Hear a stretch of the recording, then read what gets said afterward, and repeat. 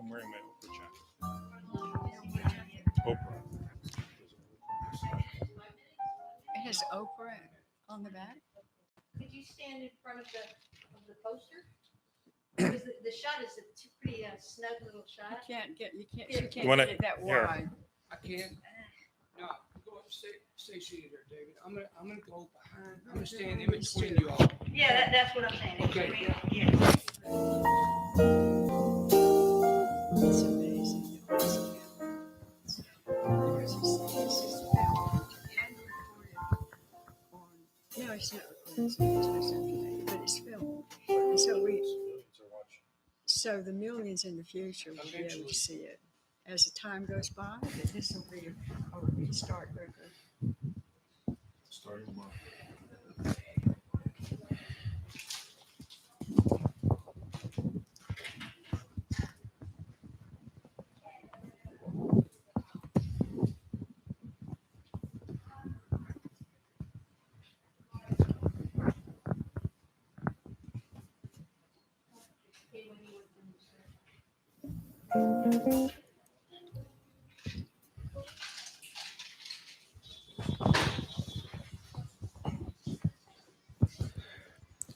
It's so interesting to watch. Welcome everyone to day 2 of the 3-day Hunter S. Thompson Letters Festival here at the historic Canessa Gallery, 708 Montgomery Street, San Francisco, California.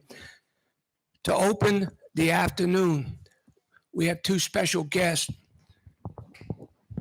who have joined us.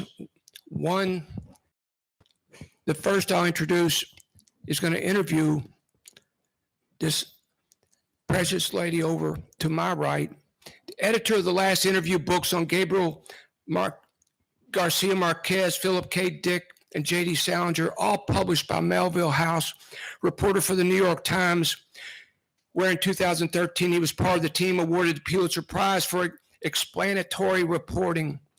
He lives in San Francisco Bay Area. Please welcome David Streitfeld.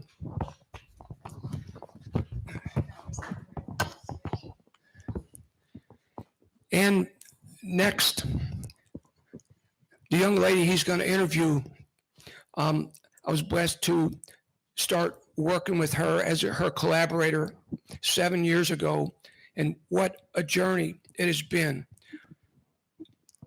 The rare primary source for unseen letters and untold stories on this important work that will stand shoulder to shoulder with the other great books on one of the most original voices in the history of journalism, literature, and culture, Louisville native son, Hunter S. Thompson. But the twist to this story, the Hells Angels letters, the birth of an American classic, is that there are 2 protagonists. This is also the story of the brilliant Margaret A. Harrell.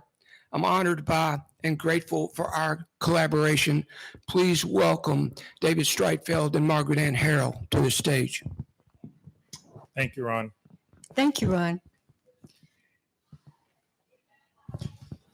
So Hunter always wanted to stir things up, as we all know, and he said, he wanted people to be driven crazy by every appearance that he made. I thought he once sent you some Citrine, which you refused to take. Did you bring it? I didn't bring original things, but there's a picture of it, a scan of it, in fact, in that book. Originally, when I first made these letters public in 2014 at the Gonzo Fest, I went in the airplane with originals, and they were kind of flabbergasted. And one time when I did that a few times in around 2014, and one time I passed around that letter, and somebody put his fingers, actually his fingers, on that pill, and it started squashing. And I thought, I'm never ever letting anyone else touch that unless Hunter covered it in black tape anyway, but still it could squash beneath the tape. So no, I didn't bring originals, but you can see the pictures there. And indeed, he thought it was a fun thing to do, and he was trying to tempt me to take it. That's what I wouldn't want you to bring the originals of the letters. I did think when I reread this morning the letter where he taped the dexedrine there, Yes. and you refused to take it at the Yes. time. I wondered, were you saving it for some moment in the future? And it could be this moment, but The unveiling, get ready. No, he wanted me then to save it for when he came to town, because he had by then discovered the news, which he didn't know for a couple of 3 months, that I was actually a young person, younger than him. And I was actually, most young people are pretty. So I was pretty young. I was Southern. I was just exactly the kind of person, he would have liked, but he had only known me in the editorial capacity. And one of the major things I think about him as a quality, he never blinked. He never asked, what do you look like? He worked with me. All he cared about was that I passed his test. And his test would be that I wouldn't try to be authoritarian with him. He wouldn't have had anybody do that. And that I wouldn't have BS. So he gave me a test. And after that, he didn't ask what I looked like. Somebody happened to spill the beans about 3 months later. But when he learned, he seemed to have been thrilled. Oh, yeah, he was nervous when he learned. And you were nervous. I was nervous, but I was nervous. He was nervous. We both were. Because I wrote down here his initial report to you about, I guess, meeting you in the flesh, which struck me because it was so Hunter-esque. I've almost never met anyone who feeds on words the way you do, like a cow. You chew on them, you swallow them, you bring them back up. And then he kind of switches metaphors and calls you a leprechaun. But that also struck me as very Hunter-esque. It's this great compliment, and yet he's comparing you to a vomiting cow. It's like both things at once. It's quintessential Hunter. It's quintessential. It's marvelous. I loved it, and that someone would appreciate me for my ear for sound. I was actually known that for that at Random House. One author wrote in my book, copy of his book, "A lass with a delicate ear." So I was known for my ear, you see, but Hunter was known for his ear. So our two ears appreciate each other. So I will get back shortly to the physical side of things, but let's talk about Hell's Angels for a moment. I was on my way here, took about an hour in heavy traffic, and at a certain point, a flock of men on motorcycles came swarming up and passed me quickly, and was able to weave in and out of the traffic. I didn't get a chance to see what their jackets said. If they actually said Hell's Angels, it would have been a even better story if that were true. But I have seen Hell's Angels jackets around on people on motorcycles, and it does make me wonder, Hunter in this book immortalized the Hell's Angels, and sometimes I wonder if even he created them. If people would still be wearing jackets now saying Hell's Angels if it wasn't for Hunter Thompson. He really ran, I want to emphasize they, the Hells Angels, they really ran with it. They were already getting attention, you know, by the East Coast journalists. They were given some attention and they were running with that. But with Hunter, they were given lots and lots more. And like I said, they really ran with it. In your book right here, I adore this book by him. It's half of it, or 2/3 of it is Hunter's own words, and they are obscure interviews to me. His early ones, especially 71, 73. And I'm spellbound by each word because Hunter answers so many questions in his Hunter-esque style.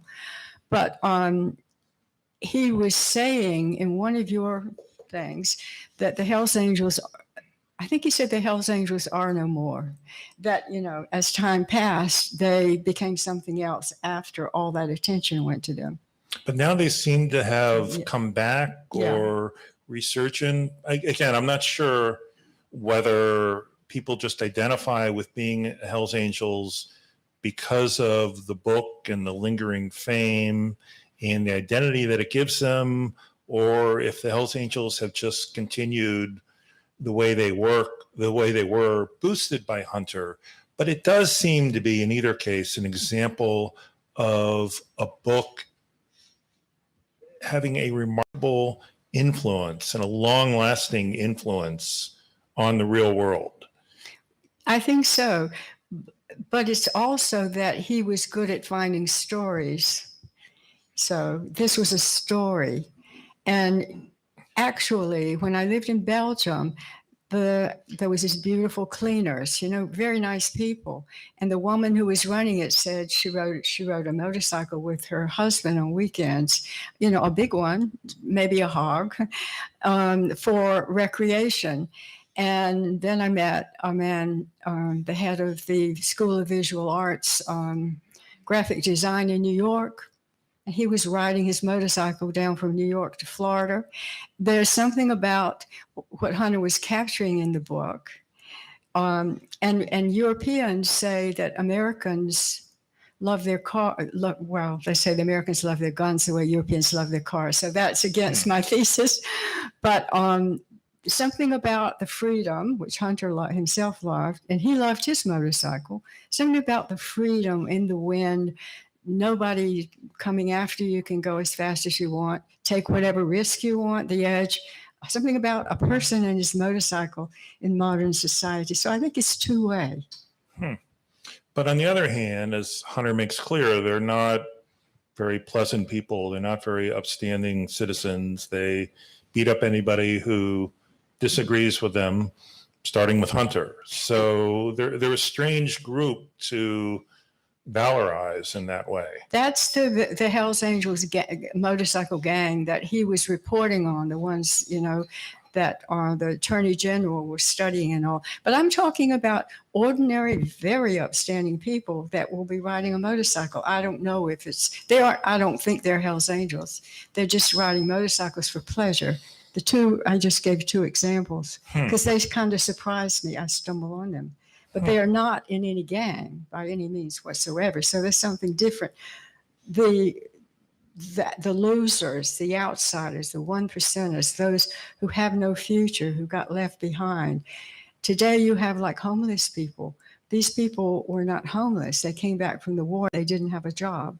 They were like maybe a mechanic at most, but their job was gone. Machines took over.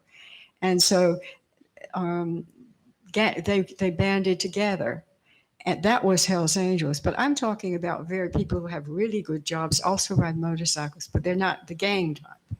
But some of the spirit of the book carries over to them. I mean, they're influenced by the book too. I'm sure they are. And Hunter picked out, he liked this topic, and he said they will be around they'll be around in the 80s. They won't be called Hells Angels. They won't be the same people. They won't even have the name Hells Angels. They won't even ride motorcycles. They'll be the people left behind. So he was picking out a type, and they happened to be, at that period, Hells Angels. But in the future, and he says that in your book, and he says some of it in my book, that the new one about the Hells Angels letters, he's already talking about the people that he's describing as those who got left behind by society. And he said they're going to grow. You just watch it, and they're going to have different names. And people call that prescient, you know? Right. There's been a lot of discussion about how Hunter would react now to the Trump voters, how he would cover Trump, which my imagination does not go that far. But I think he would have fun and be outraged, and I don't know. Would he be overwhelmed? I see in your book now. See, I really prepped with this. He was interviewed in 2002. That's not okay, so that's pretty far ago. But it was already the 21st century, and he's already speaking in what you call high decibels. He's already speaking about journalists being afraid to cover the story because they are afraid to go against national. In other words, he's making some of the same issues that you would pick out today. He's already making them in 2002. They're eternal issues. Yeah. And he's against anything that takes away your freedom. He says that. He's against anything that he can detect has an authoritarian effect or nature. And so we've been talking about how his voice is needed today, but the owner of the gallery, Zach Stewart, watching us, has been saying, wait a minute, his voice is really needed today. And that's why all these books are coming out. And why is he needed? What is his voice? It's a voice against authoritarianism. It's a voice against like following the leader or the leader telling you what to do. It's for authenticity and for becoming your authentic self and not being afraid to do so. And as he does, take a risk, not being afraid to buck the mainstream. And he loves journalists, but his whole life he's criticizing that they often get to a turning point and they don't take that risk.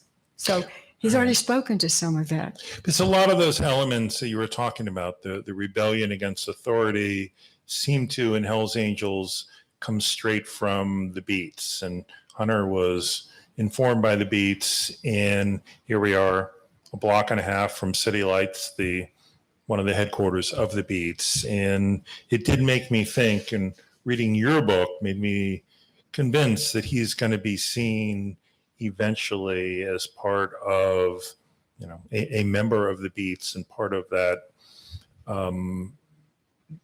that stream of literature that came out in 10, 15 years.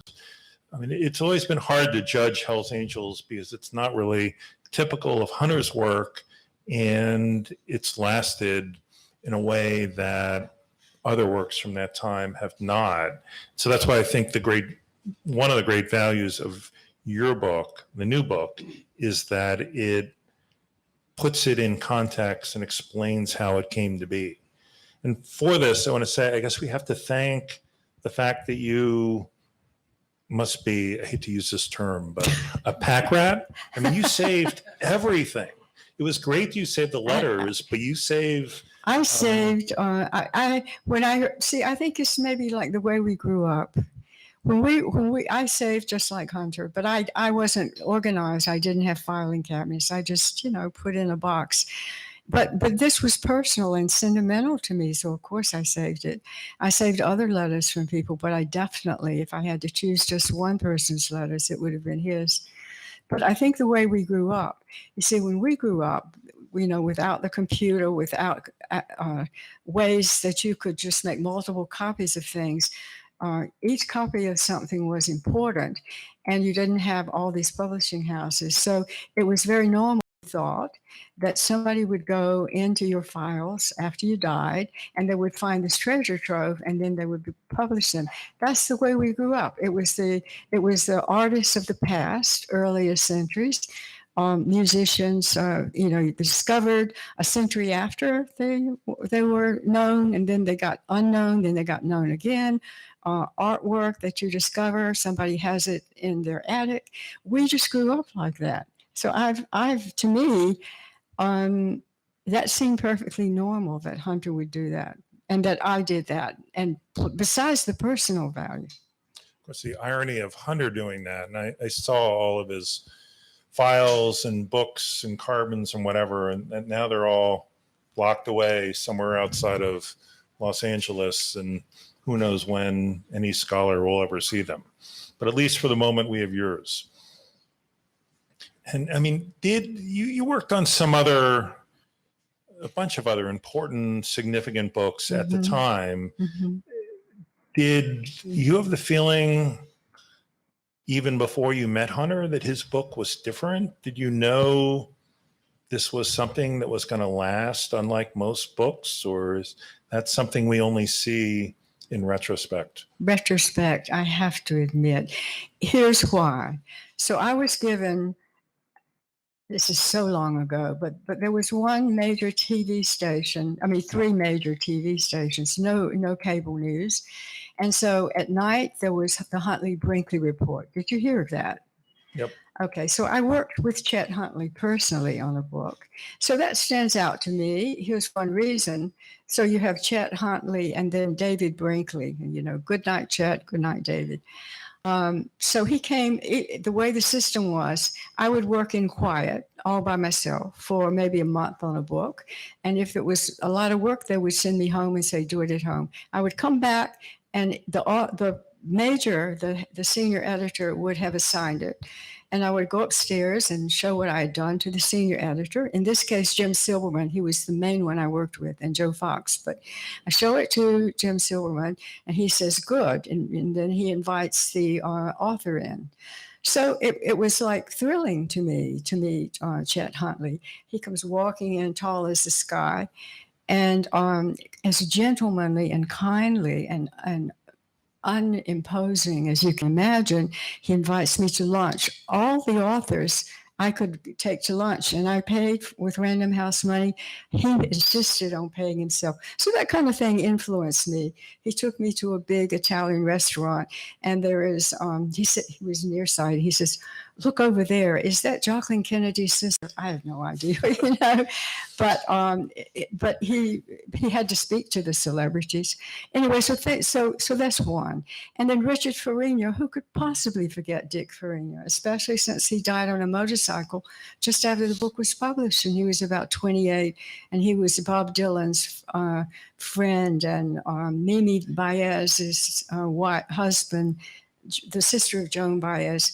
And he was like the most amazing character, the way he dressed, flamboyant, and he was humorous. And so I was gifted with working with these very, very interesting people. John Irving, his first book too, and he refused. He said, "Can't you send her up to New Hampshire?" They said, "No, you must come to New York." And so in each case, they would sit beside me, but not. The big thing is they did not call Hunter to New York. They made me do the manuscript, and they said, you have to work long distance. Only, it's like the universe said, you got to get the letters on record, because there would have been no letters had he come to New York like all the other authors and sat beside me. We would have not had any long distance work. I would have barely gotten to know him. He would have flown in, stayed a week. But I think Jim Silverman had flown out to California, met Hunter in person. He knew about him by reputation. I think he knew that wouldn't work. To bring Hunter into New York and sit us side by side to do editing, he thought, it's never going to work. And so he said, Hunter cannot come to New York. He's got to stay at a distance. And there began the phone calls, the letters. And the first letter, it's in this book, but I can give a little, it's not a real spoiler. The first letter, he writes upset with me, but it's real short, like a paragraph of being upset, what are you doing to my book? But he was misreading my letter. I was saying it's all optional. He was acting like I was imposing authoritarianly, changes to his book. So that meant I had to phone him to correct it. And I went upstairs and told Jim Silverman, and I can't totally imagine, but I can reconstruct. Can't totally remember. I can reconstruct. I'm sure either Jim or I said, you have to phone him. And then Jim said, you have free permission. Tell him he can call you anytime that you permit him to, night or day, as long as it's okay with you. Jim said, keep him happy. And so Hunter needed no more than that to call me night and day. And so the whole thing then became totally different. But he was talking to an anonymous person, and I admired that so much. Like I could have been 80 years old with 600 pounds, anything. He didn't know. And he'd had a human relationship nevertheless. I thought that was amazing. And it's one of the qualities that go with a lot of other qualities he had. Because a lot of the letters are Hunter in full rage, complaining about the lawyers want this, the lawyers want that. Did the lawyers weaken the book, do you think? No, I don't think they will. Any author, the lawyers say, you can't use this name because maybe he'll sue. And Hunter, do you know who I'm talking about? The beat poet who he didn't write, but everyone wrote about him. What's his name? I know, Ron. I know who you're thinking of. I just read about him in the... Everyone wrote about him. He was very handsome, but he didn't write himself. Died early, the beat poet. Anyway, what? No, he wasn't a poet. He was not a poet. He didn't write poetry. Neil Cassidy. Neil Cassidy. He was mentioned in the book. Yeah, so the authors were saying, you can't use Neil Cassidy's name, the lawyers, in this context of being shouting obscenities at policemen because he's been arrested before. This could get him arrested again. He could be thrown in jail. He could sue Random House. And Hunter said, what a load of BS. But to solve it, he just put this little footnote, name removed at insistence of publishers' lawyers.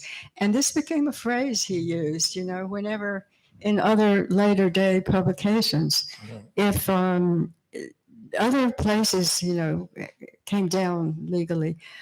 I know it didn't weaken the book, but it was a total ordeal. I said, go and prove to us that this is accurate. And he had all his papers packed up to move. He didn't know where the proof was. He said he was a very immaculate, accurate proof researcher, but they wanted proof and files of it. So I don't think they weakened the book. They were terribly frustrating and harassing.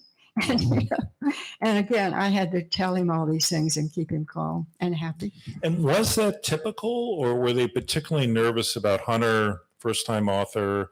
Maybe they thought the Hells Angels would come beat them up in their swank offices. I thought it was atypical, but in the back of this book, you'll see that I went to interview Jim Silverman and others important in Hunter's story in this time period. And I asked him that, and he said it would have been standard that the lawyers would go through. Maybe they found more for him, but standardly they would have been cautious because I think companies like Pepsi or whatever were being sued, and they were scared. That was another example, which made me wonder how typical this was. What did he say about Pepsi? I can't remember the Pepsi generation. And that was it? Well, the context. The context was not good, and Pepsi was not going to be happy. The context was the Hells Angels drinking Pepsi, I believe, and Pepsi wouldn't have liked that image. Right. Because they had images, they had like jingles and all of, this very wholesome person drinking Pepsi and all this. And here he's got contacts of Hells Angels sprawled around who knows what, at lurid parties or who knows what. And they're, drinking their Pepsi. Someday we'll see. He would have liked that, he would have. This is a kind of eye for detail that would make something interesting. And ironic and also satiric. That's why I hope that someday we'll see the original manuscript published, and that's what happens to very famous books, and scholars can then compare them. So be eager to see that. Well, the manuscript does exist because you see in other letters that were published, he's saying, where's my manuscript? And he always spoke of me in some kind of code. Like he said, I gave it to a secretary and it got, mislaid. he meant me. I was not a secretary, but he would never ever use. I don't know why it was in protective mode, I think, but so obviously somehow I got it back to him because it exists in the boxes. Another thing that he spoke in code was the snake story, where I kept a snake, and I asked to keep this 6-foot snake in my office that he brought to New York. And he always had it in his room or some other roundabout way. It was actually me. I was like the sidekick and the culprit in that story because I asked him to bring it to my office.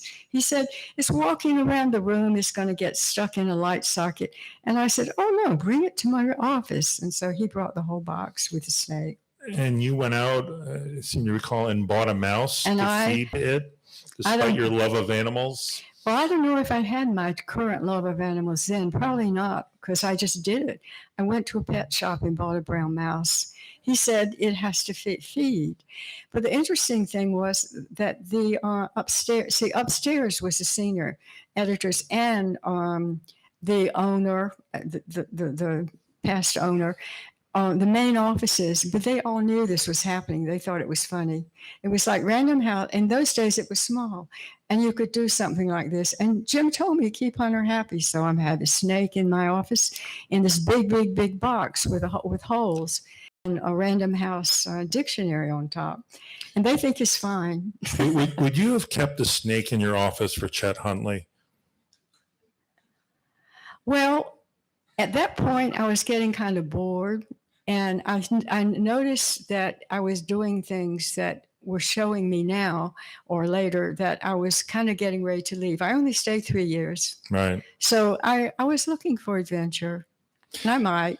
well, and also, I mean, I guess what I was getting at was that Hunter, to return to where we were in the beginning, I mean, you two had a mental, emotional, and physical attraction to each other, which you talk about and intellectual also. I said mental. It was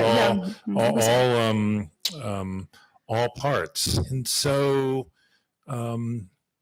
this is a typical low blow journalism question, but I'll ask it anyway. So probably not used to what I've heard. Any regrets that you did not run off with Hunter? I mean, you write about. There's one, you mean one time. I don't think in terms of regrets, that's not the way I see life. You do what you do and then you go from there. I think I was really stupid not to go to the Outer Banks when he asked me. And that was what you're talking about. I mean, who knows what it would have happened. But it's not a regret. It's just the way I was then. That's who I was. So, right. I'm not talking specifically about any one moment, but again, the books, the 2 books you've written. You see, you can never know. So I did not take drugs, and I don't think I would have taken them with it. I mean, his life might have been somewhat different because I think. And so would yours. And mine, of course, too. I think we would have each been a little different. Like, I would maybe have moderated, or whatever, his drug use, but maybe nobody in the world could have done that because, there are people who tried and they were strong people. But it would have changed me a bit. I was married to a guy who smoked Keith every day, a crazy poet, Belgian, in Morocco, and I lived there. So I know what it's like to live with someone who's, functioning, but he never went beyond keef. It wasn't technically marijuana, it was keef. He never went to anything else. So it's a question you can't answer. Right. But you can think about. I think it would have been fun, really fun to pursue that relationship, but he was married. Right. But I do also wonder, Hell's Angels is a great book, and Hunter wrote some other great things. They're not necessarily like Hell's Angels. And he kind of went in a different direction after Hell's Angels. And I wonder if a strong editor could have pulled him back a little bit. I mean, Hunter was, as people endlessly discuss, this great figure who wrote some great pieces, fiction, nonfiction, but also regretted early on that he was locked into the Hunter Thompson identity and could not break free. But he answered that in your book here, right here, this book. Somebody asked him what he thought of Gonzo, and he said he answered different ways. At one point, Right. he said he was done with it. Another point, something else. But he said Gonzo was first drafts. Right. And that if you get to do a second draft, he said Norman Mailer and him did first drafts, and that's Gonzo. And you lose something by not having your second draft but then it would have taken a lot of the personal out. But funnily enough, I met Norman Mailer at a party, and I talked to him because I was. He had written for a book I was working on at Random House. He had written the introduction, and I had tried to edit him, but there was no way because I was trying to tighten it, but there was no way. You take out an adjective and the whole thing crumbles down, like this. The way it was written, it was just so intricately. And he said, I wish maybe I would have been better if I'd been edited, Norman Mailer. But when I looked at it, I thought, who could possibly have edited you? But anyway, Hunter was saying, newspapers have deadlines. You don't have a choice. You go smash, first draft. And the editors then lashed it together. The words were, they lashed it together. And it was fun. And everybody was on their toes for the deadline. But you're talking about a totally different approach where he had time to savor, revise. He sounded kind of wistful there about how that would have been another whole approach that he would have found interesting. Right. I mean, all these questions come up for me because you were like there at the creation when Hunter Thompson, as a published writer of books, was being born after this long apprenticeship of unpublished novels and, working for the National Observer and things like that. And it's just such a fulcrum moment that it's what gives the book such drama and immediacy, but it also makes you think, could the story have ended differently? This is a whole nother story of Hunter Thompson. It's true, but you see, after Hell's Angels, he wanted me to go Right. to edit wherever I went. He wanted me to work on his books, but then he said, keep your calendar open, but he couldn't start another book. I wasn't going to work on any of his magazine articles. It had to be a book, and for 3 years he couldn't get a book going. And in that time, I married the wild, crazy Belgian poet and went to Morocco. And so when he called me back to work on when he had done Fear and Loathing in Las Vegas as a draft, and he had planned to publish the Aspen story as a book, the election where he ran for sheriff, he wanted to make it a book. He wanted to make a big story about the youth vote and elections, and really a bonanza bombshell book. And he asked me to work on it. And I was in Morocco, where if you want to have a phone call, you have to go stand at that day. You stand in line at the post office and wait till they finally get through. And then when they get through, if the person doesn't answer the phone, you go back to the end of the line and wait again. It was just absurd. I couldn't do it. And he did not need any editing for Fear and Loathing in Las Vegas. He said, I don't think that's going to need work or hardly any work, but the other one needs your touch. Please come do it. It never became a book. It's sitting there in his drafts, unpublished. That's what might have been. That's the direction. And then he had to do it fast because he was going to cover the election in Washington, D.C., and he was putting up his headquarters there. And it was just a tiny window, and I wasn't available. And immediately then, Ralph Steadman came in, and the whole direction became the sidekick. But you see, the funny thing is, I think I was a sidekick before that. Just because we had gonzo experiences like The Snake, but he didn't get into the vein to write them because he had no character. Didn't have Royal Duke, and he didn't have any like voice to feed some of the Gonzo stuff into. But he did write about the snake, though. So he did use He some stuck of it into other books. Right, The campaign trail is stuck in there. right. But It's it was not. material. It was not like the way he wrote the Kentucky Derby or something. He could have made, I think, satire. See, his satire would be about the organization of publishing, and he could have had the snake and all in the house. And another satire he was going to do when I was there, but he didn't do, was the one about press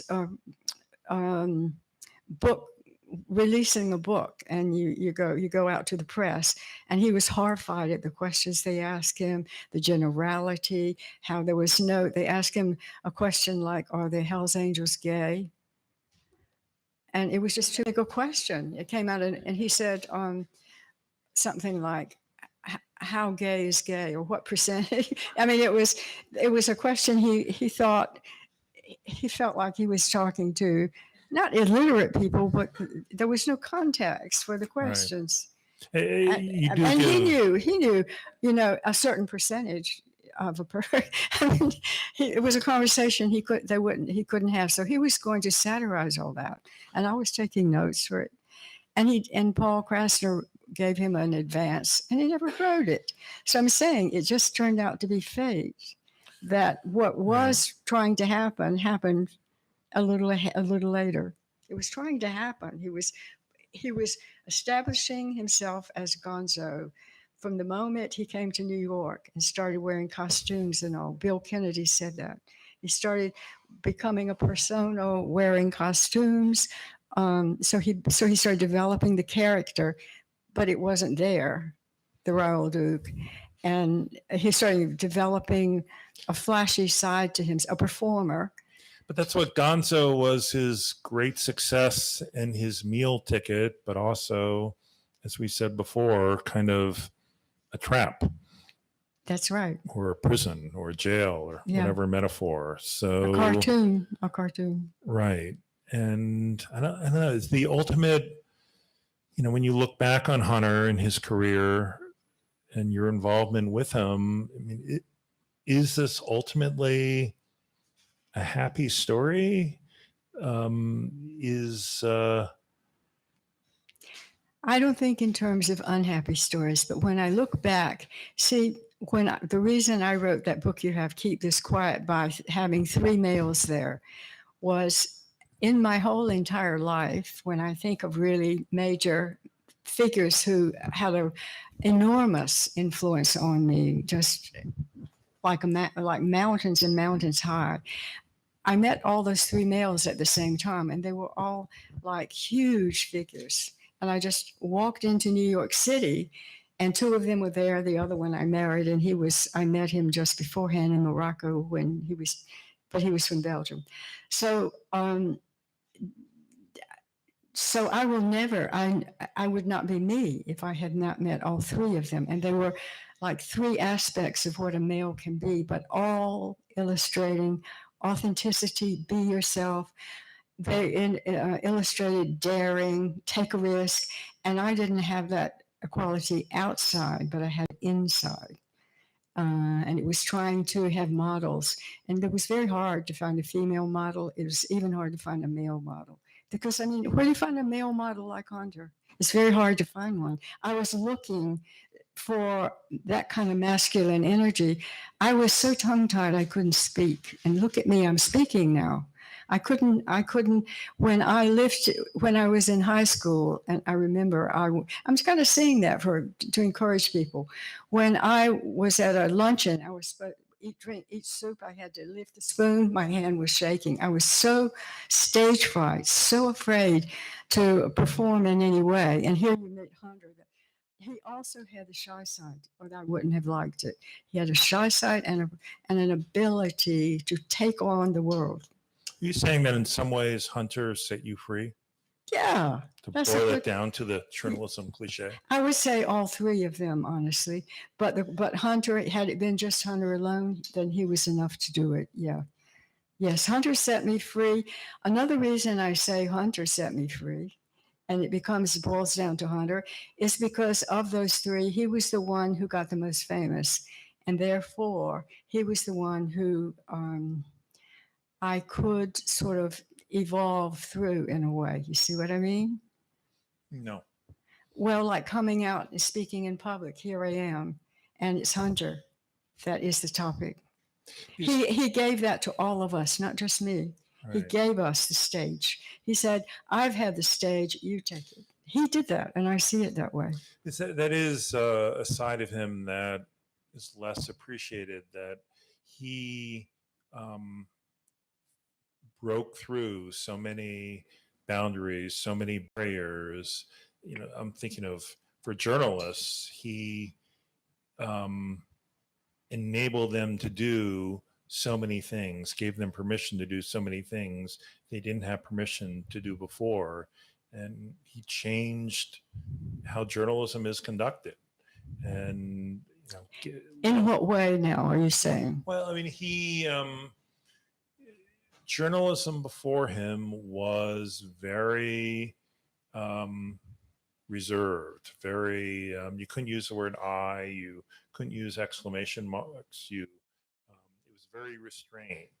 And Hunter just set it all free by doing something differently. And all the journalists in the 72 campaign secretly wanted to be him or to be able to do what he did. I mean, it's documented in things like Tim Krause's book, The Boys on the Bus.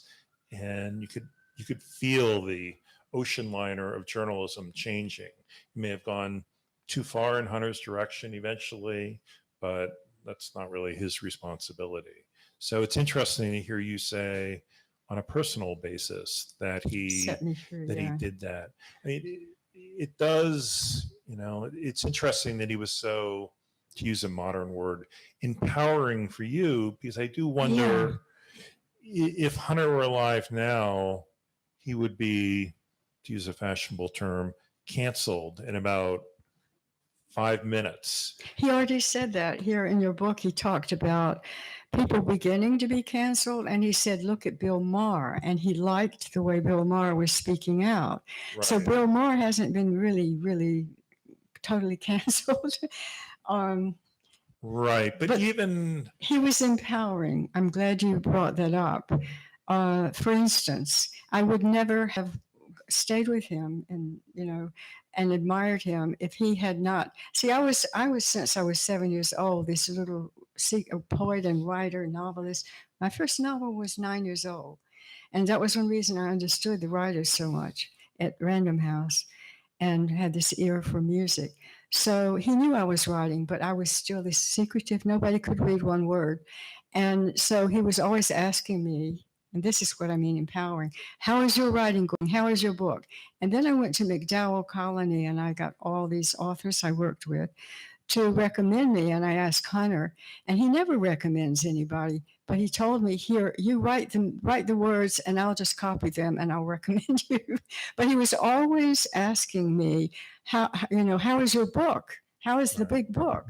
And that, talk about empowering, for a male writer to ask a female, well, what about you? You know, how often are he was very, and he meant it.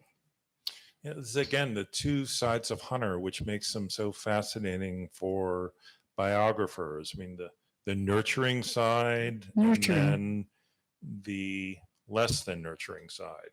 I mean, I was paging through the biographies last night in preparation for seeing you today, and it was striking that stuff that he did, perhaps tongue-in-cheek, perhaps not,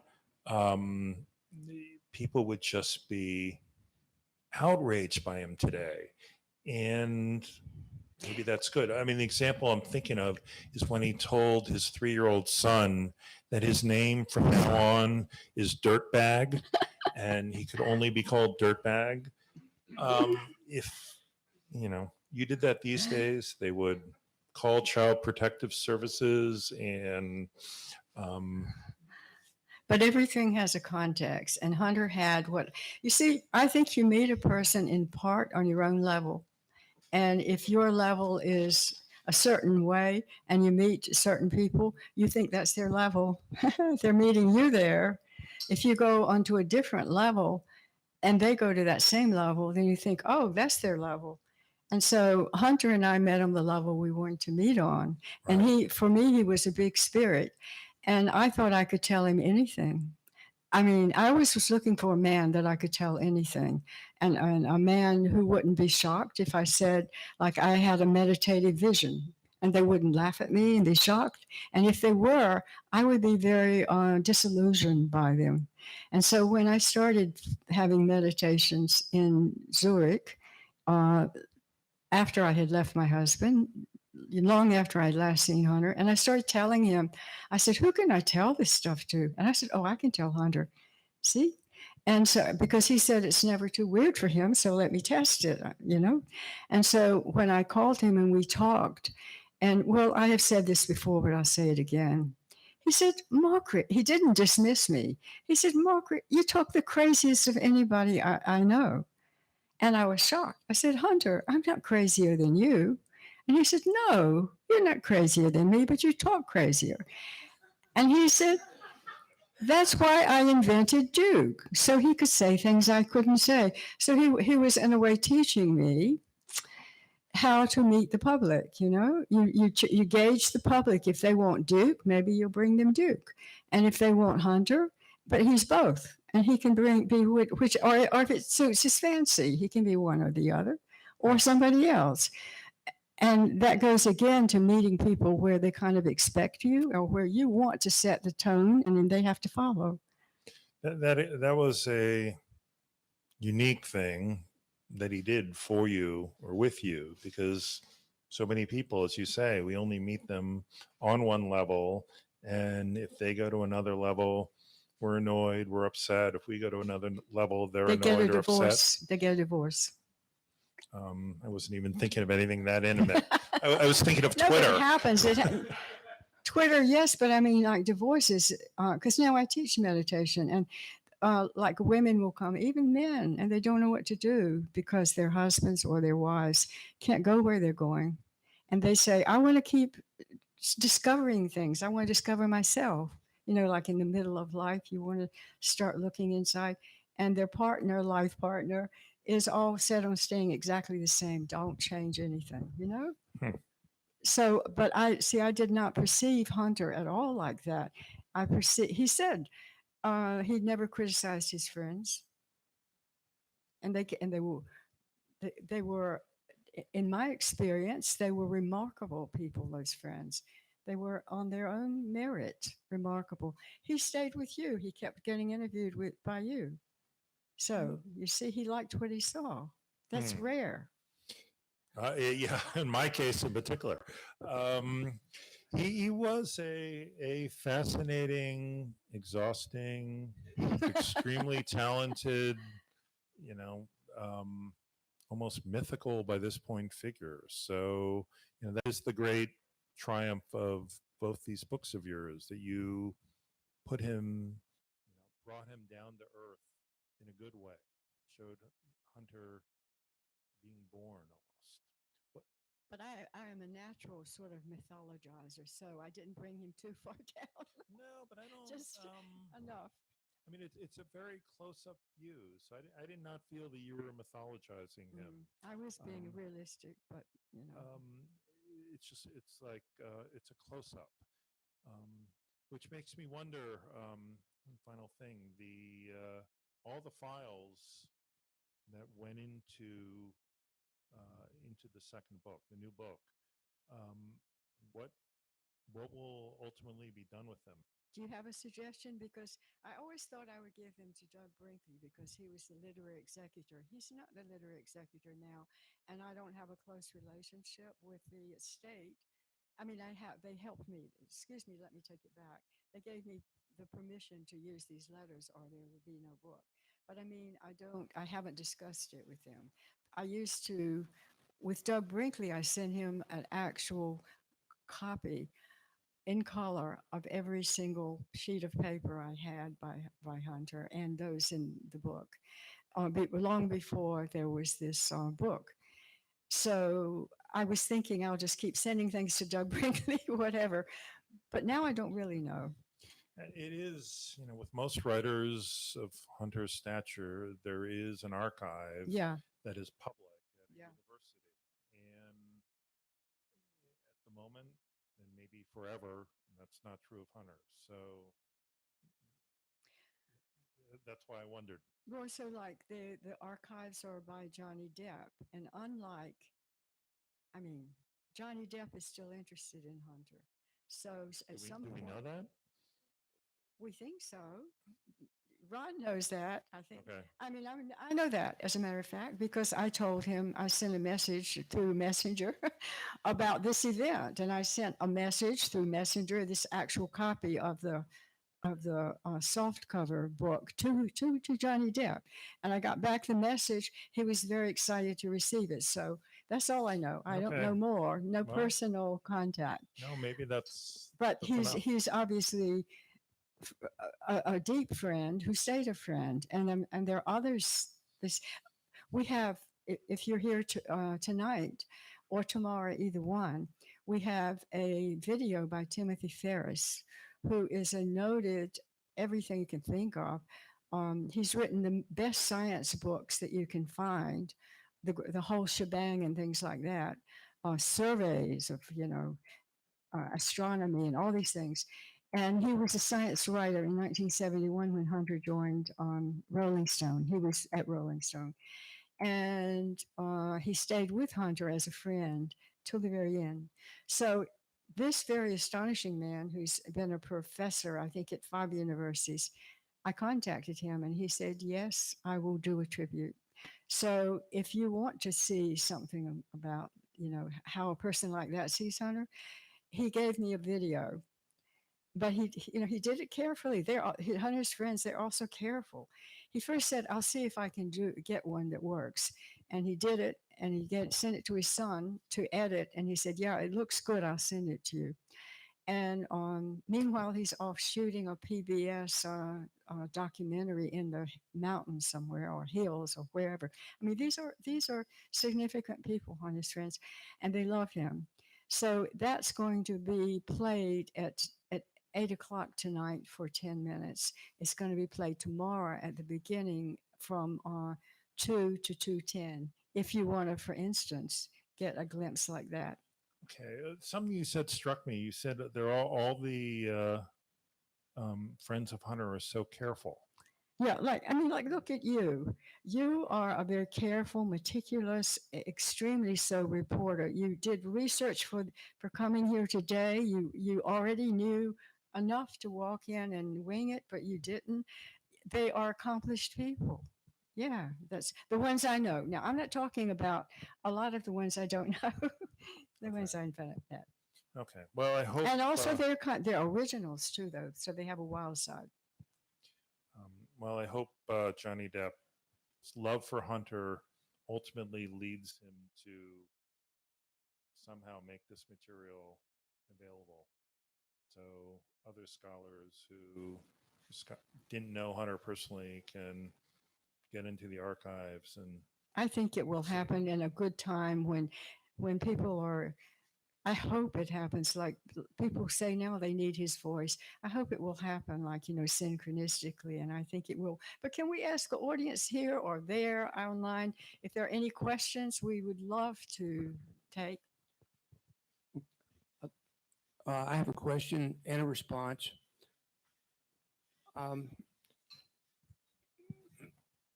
In regards to what you were just talking about, about a year ago, there was a wonderful interview with Johnny Depp in GQ, maybe the European edition, and he, for the first time, answered candidly the questions about and told a story about the divorce, the massive divorce that he just went through. But at the end of that interview, he was asked about his friendship with Hunter and the archives. And so, and I know the backstory on the archives, and they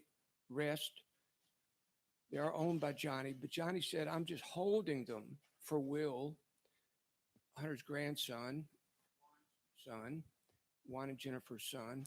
And one day in the not too distant future, I hope to tour with them, with Will, and so that we can show them like the Kerouac scroll purchased by Jim Irsay, travels and is displayed in various locations around the world now since 1994. And now I want to respond to Johnny has a deep love for Hunter. I want to respond to your letters. Thank you. I have a solution and an invitation for you for your letters with Hunter. In 1993 conversations with historian, my friend Douglas Brinkley, who had come to Louisville with a classroom of students to visit Muhammad Ali's and Hunter S. Thompson's childhood homes. And, we agreed that the time had come for Louisville, Hunter's hometown, to pay tribute to honor their native son, his life and work. And so Doug, at the conclusion of the third conversation, Doug said, Ron, I don't live here, you do. And I may have said something like, you bastard. And then and then I said, okay, I'll do it. And so that's when I actively started the work of December the 12th, 25th anniversary is coming up, the official Hunter S. Thompson tribute in Louisville, and brought in Hunter, his mom, Virginia, Juan, Johnny Depp, Warren Zevon, a lot of other people.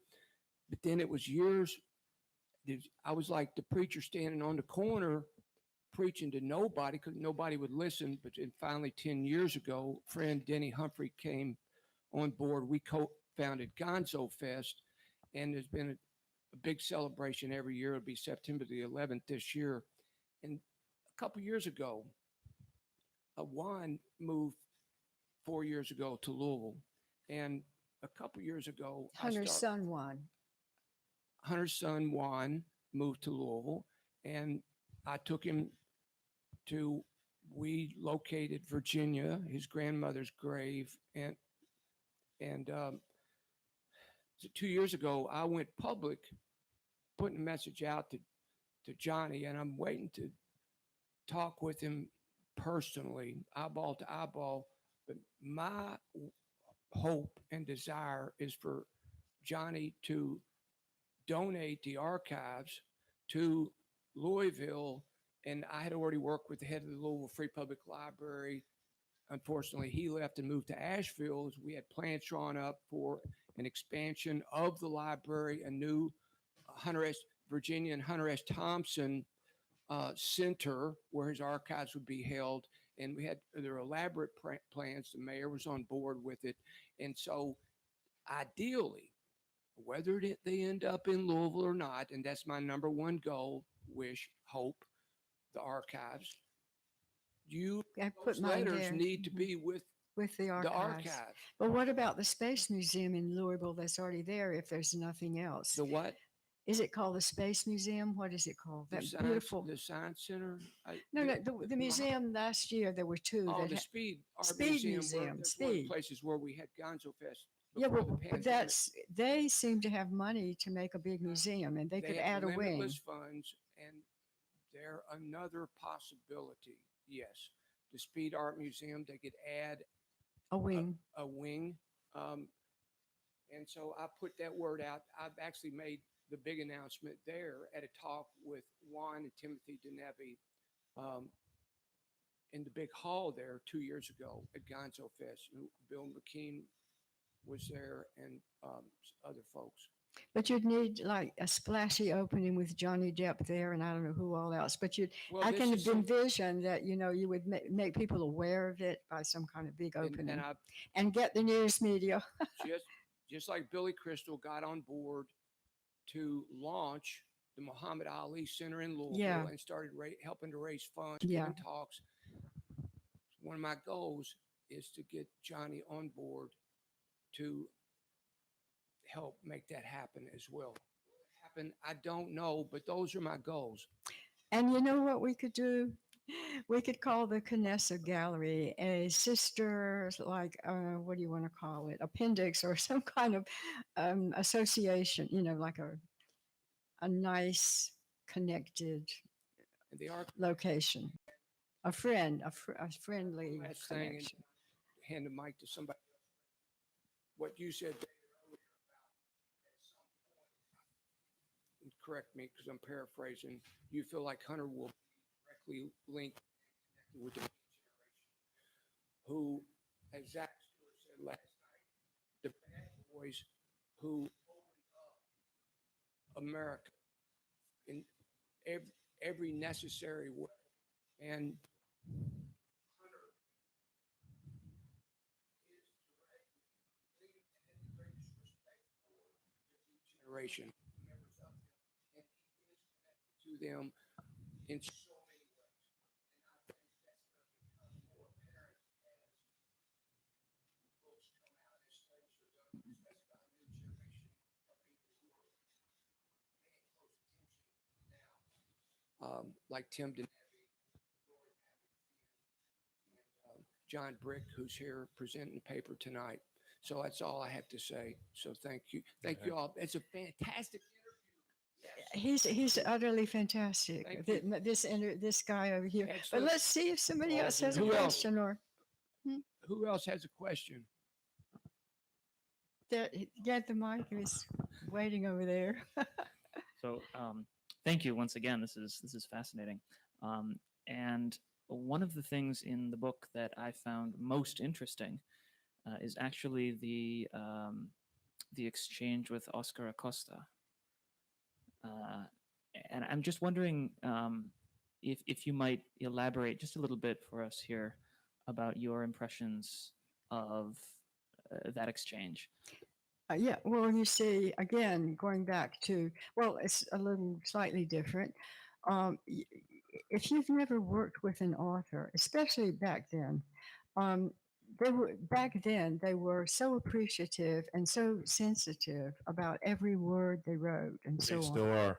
They still are, okay. But I mean, there's so many now that some not quite so much. And so when they get somebody who actually reads their work and evaluates it and takes it seriously and writes them back, already you've opened so many doors to that person, to something deep inside them. So Oscar surprised me because I read his short story, because Hunter kind of asked me and made me, but Oscar wasn't the only one of Hunter's friends whose work I was reading. Once they found out that Hunter had a publisher and an editor, his friends were, saying, well, what about, would you read this by me? But so Oscar surprised me by being so revealing of himself, just like writing a short story in a letter. And it ranged over this huge complexity from this really sweet guy and this earnest guy trying to help the poor in East LA to this guy who was wondering whether they should use violence as a tactic to get change for the Chicanos, as it was a word he used at the time.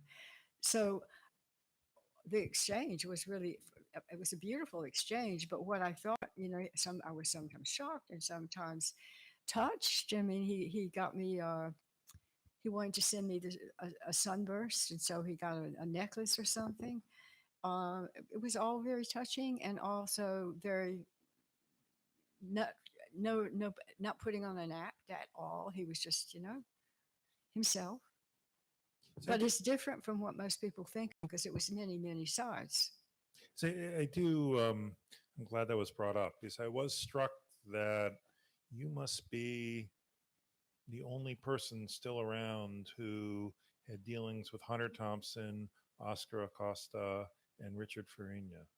And I mean, those were three remarkable 60s writers. I guess Acosta is technically the 70s, but who are increasingly appreciated and studied today. And They all treated me well, you know, with respect in the sense of respect my mind, you know, which is wonderful. But see, I will tell you something because now I don't care about keeping secrets. But it's not that kind of secret. When I went later to the Carl Jung Institute and I studied in depth the psychology of Carl Jung, which I'm all for, I found out a lot about myself, you know, and it happens to many people as they get to middle age, they want to look inside. And so I suddenly realized, well, that you sometimes do that. You say, that's me. So I found out that I was what you call the anima female because of the archetypes. There's the anima and the mother female archetype. And the anima is like the muse. And the way the muse archetype operates is the muse sort of connects into like the history of art and female and all. But so as just naturally my way, my unconscious connected to their unconscious. And their unconscious is where they do their creative work. And it's where I do my creative work. And it's where you get outside the local, what you call 3D reality, to connections to everywhere on every level. And so if I'm, without even knowing what it is, connecting through my creative self to their creative self, unconsciously as well as consciously, you already get a different situation, because then they think they trust, there's a trust about talking about your work, you know, because you know the person has some kind of ability to sense your voice and your intent on different levels. I don't want to say different levels, on the creative level. That's what I want to say. is it, I'm still thinking about this because you know, your relationship to those three, I realize, with Acosta. I also had, and this is, Yeah. anybody can be this, I had a very open mind. I didn't ever like to say this is the answer or this is the end or I think this way. I like to keep it open and see what what I didn't know. So if somebody told me something, instead of being shocked, I started out being gullible. And then I stopped being gullible, but I turned that into being having an open mind. But then I added the ability to have reason inside the open mind, so it would be able to detect, you know, what was possible and what was just too wildly crazy. But an open mind, you see, artists should have an open mind. They should be discoverers, adventurers, and that's what they were. They are, all of them. That's what they were. but also their flame burned extremely bright, and with two of them, it quickly burned out. I mean, you know, Farina was on his way, not on his way, but like was due the next day at the Discovery bookstore, which is literally like a block from here, or was a block from here. On a when- motorcycle, he wasn't even the driver. He Right. was simply a passenger. It's Right. awful. Talk about sad. He was just a passenger on a motorcycle, just in his big triumphant moment. Yeah. But they were going very fast without Yeah. helmets, and you know that returns us to where we began. Yeah. Hell's Angels, Yeah. and you know, Yeah. the sense of freedom and the sense of risk, and They made a also- mistake. well, Somebody miscalculated. The driver, not Dick Farina. He didn't. well, was his, just- his miscalculation might have been getting on the motorcycle. It was his miscalculation was just the driver. Yeah. It's too bad. I mean, he was a fascinating guy, and his music. I love his music. Him and his wife, Mimi Baez. I love their music. Joan Baez was kind of like in love with him. Who was like fascinating. The publisher Jim Silverman, you know, remembered him with great warmth and fondness, and loved his work. The tragedy. Yeah. One more question. Is there any online question? Just asking over there. No? Okay. So Anybody sent me in? do you have something to ask? I hope so. Okay. It was interesting, your position in all of this. But, Put the microphone up. it was an exhausting period of time, having been there. The 60s. And, the drugs eventually, I think the one thing that people had in common, whether they were Jerry Garcia or Mick Jagger or more Keith Richards, all of these people were brilliant, but so much of what they were able to do was, prior to much drugs. So I think Hunter was able to develop some talents in his writing that, once he started, getting high and doing a lot of stuff, he was able to carry on. But he isn't, able to add so much. That's what so much of that period was about. You started off, you started off and you had to build a foundation. And then from that, you could add on. Somebody Mic like up. You do what I do. You drop your Oh. mic. I do it. somebody like you played important roles in that because he trusted you. You were almost like a babysitter. We had people that the woman that was, sweet and not getting so stoned, and then everybody else that, was doing their thing. But, I can The imagine. designated driver, you mean that kind of Yeah, I thing. can imagine just that huge Yeah. role you played in that. But if I look at the Hells Angels and I look at all of them, in the end, people were trying to change the world, and it got really exhausting and it got really depressing because you're having trouble with really making the impact that you want. So, a lot of drug use. And then eventually those that made it through, there's that idea that I can only change myself. And those are the survivors from that period. Hells Angels, I used to see them at AA meetings. They'd drive up to Grace Cathedral as a group. And they had, so all these guys, had all these different things. And the romantic part is younger people look back and go, oh, Bukowski, he was so cool. And I want to be like that. And then it's, they don't really know what that's like. It's really exhausting and torturous. But without that curiosity and without that interest to explore different paths, you could never have opened them for other people. So I think, those are just comments. That No, I it's have. interesting because what we need today, if we could bring back the flower children and we could spread them over the world, we need a lot of something different today.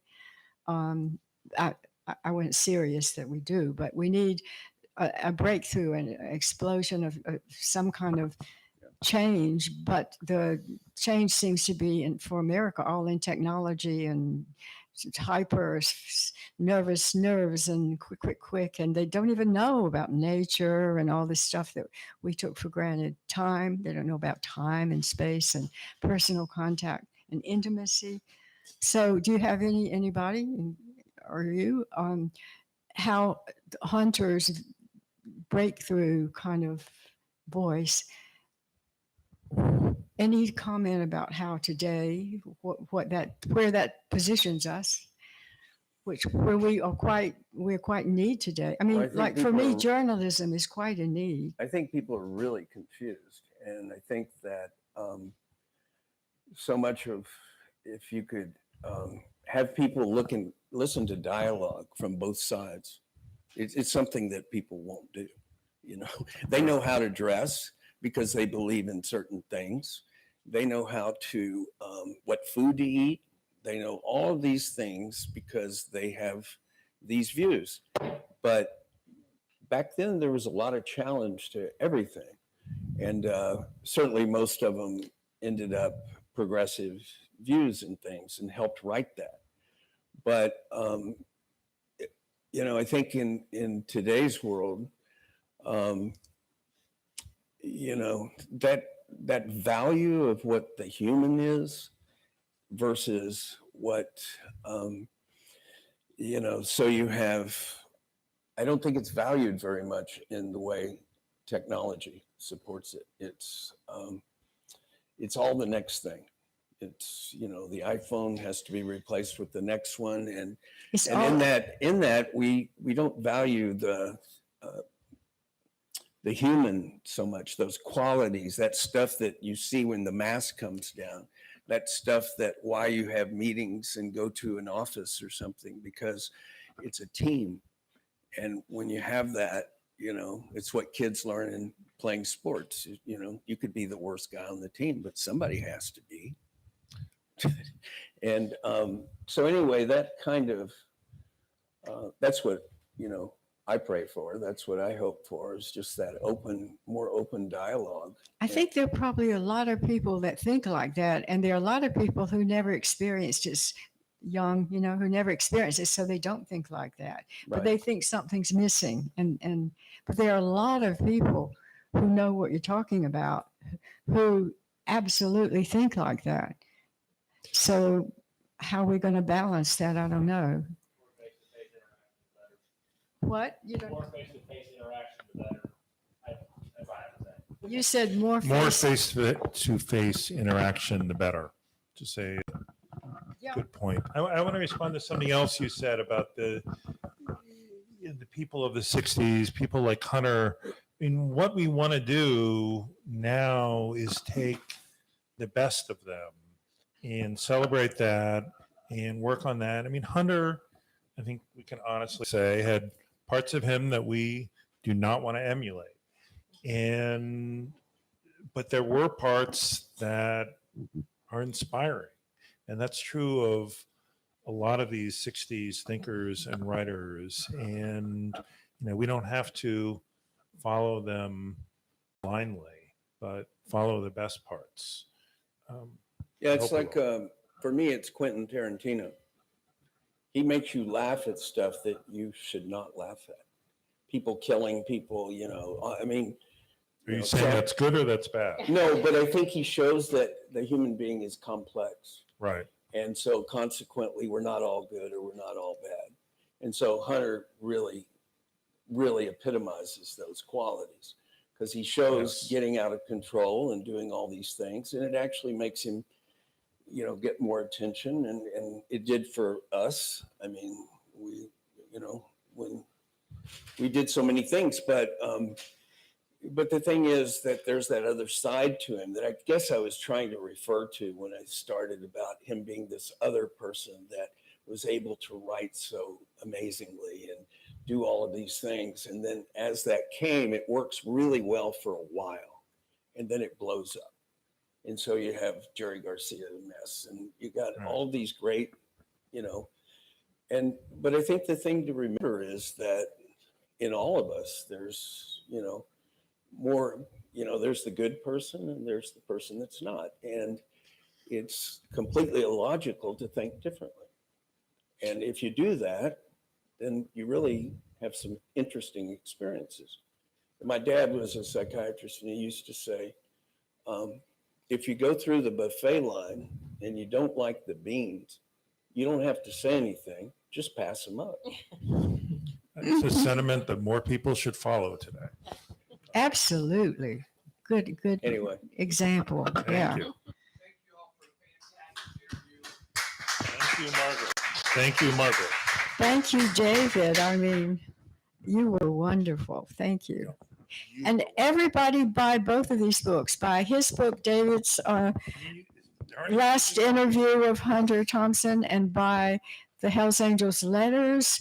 We will be so happy, but we're happy anyway. Speaking of which, do I get a free copy of the hardcover? Everything's at the bookshop. I doubt it. I don't know.